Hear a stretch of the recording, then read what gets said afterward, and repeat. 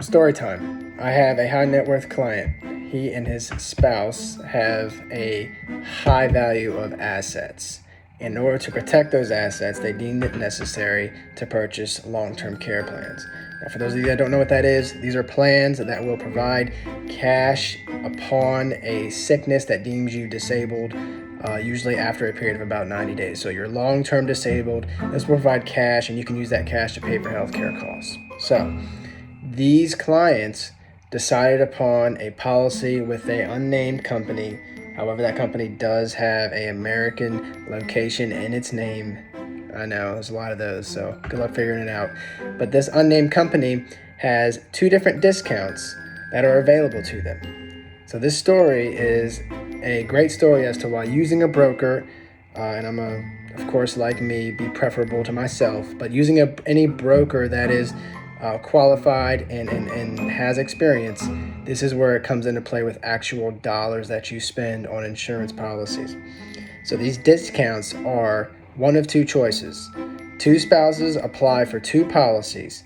You get a multi-policy discount. That's 5% off your premium. These two clients both submitted individual policies, right? They both wanted a plan on themselves. They didn't want to share the same amount of benefit. They wanted each their own separate funds, their own pool of money. So we went ahead and did that. However, with these types of policies, there are also what are called joint policy discounts, which is always a higher and more significant value of a discount. In this case, it was 15%. So their choices are between a 5% discount on their premium or a 15% discount on their premium. Which one do you think they would prefer?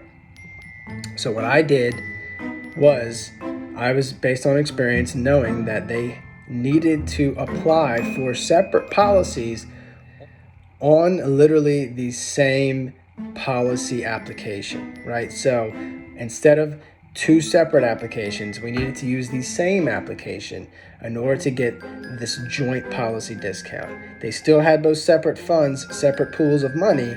However, we now can get the 15% discount versus the 5, simply because I used the same application and elected to waive the multi-policy discount for the joint policy discount, which, like we said, is of course of greater value.